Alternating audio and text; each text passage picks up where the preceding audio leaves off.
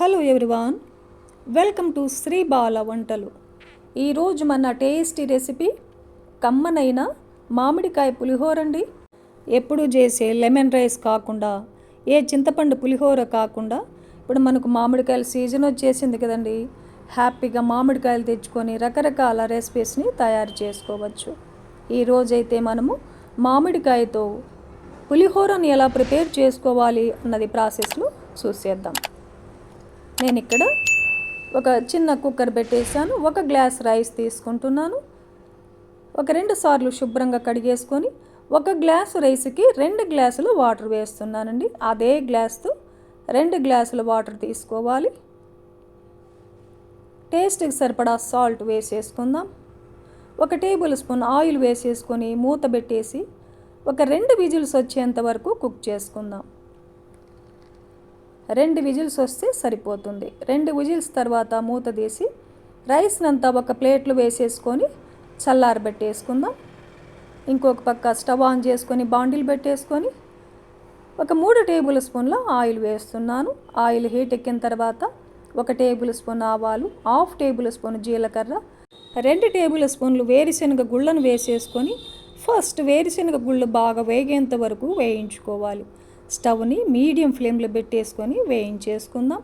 వేరుశనగ గుళ్ళు బాగా వేగిన తర్వాత ఒక 2 టేబుల్ స్పూన్లమైన జీడిపప్పుని, 1 టేబుల్ స్పూన్ శనగబేడలు, 1 టేబుల్ స్పూన్ మినపగుళ్ళను కూడా వేసేసుకొని దోరగా వేయించేసుకుందాం.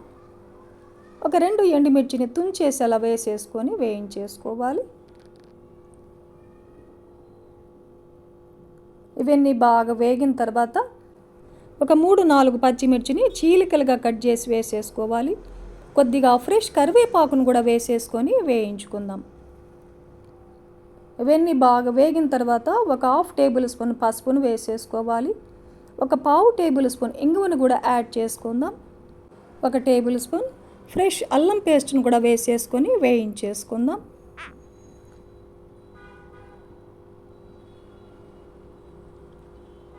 నేను ఇక్కడ మామిడికాయ పులిహోరకి అంటు మామిడికాయ తీసుకుంటున్నానండి.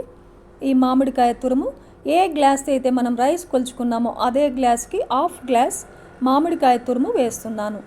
ఈ పులుపు సరిగ్గా సరిపోతుందండి. మీరు తీసుకునే మామిడికాయ ఊరగాయ పెట్టుకునే పుల్ల మామిడికాయలు అయితే కొంచెం తగ్గించి వేసుకుంటే సరిపోతుంది.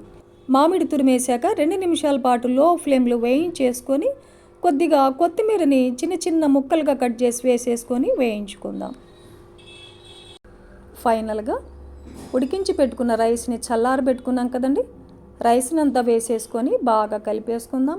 1 టేబుల్ స్పూన్ సాల్ట్ను వేసేసుకుందాం. మనం రైస్ ఉడికించుకునేటప్పుడు సాల్ట్ వేసాం కదండి, అది సరిపోదు. ఎందుకంటే మామిడి తురుము వేసాం కదా, అందుకే ఎక్స్ట్రా ఇంకొక టేబుల్ స్పూన్ సాల్ట్ వేసుకున్నామంటే సరిగ్గా సరిపోతుందన్నమాట. బాగా కలిపేసుకొని స్టవ్ ఆపేసుకుందాం. కమ్మనైన హెల్దీ అయిన మామిడికాయ పులిహోర మనకు రెడీ అయిపోయిందనమాట. ఒక సర్వింగ్ బౌల్లో తీసేసుకుందాం. మామిడికాయ పులిహోర లంచ్ బాక్స్కి కానీ దేవతలకు నైవేద్యంగా కూడా సమర్పించవచ్చు.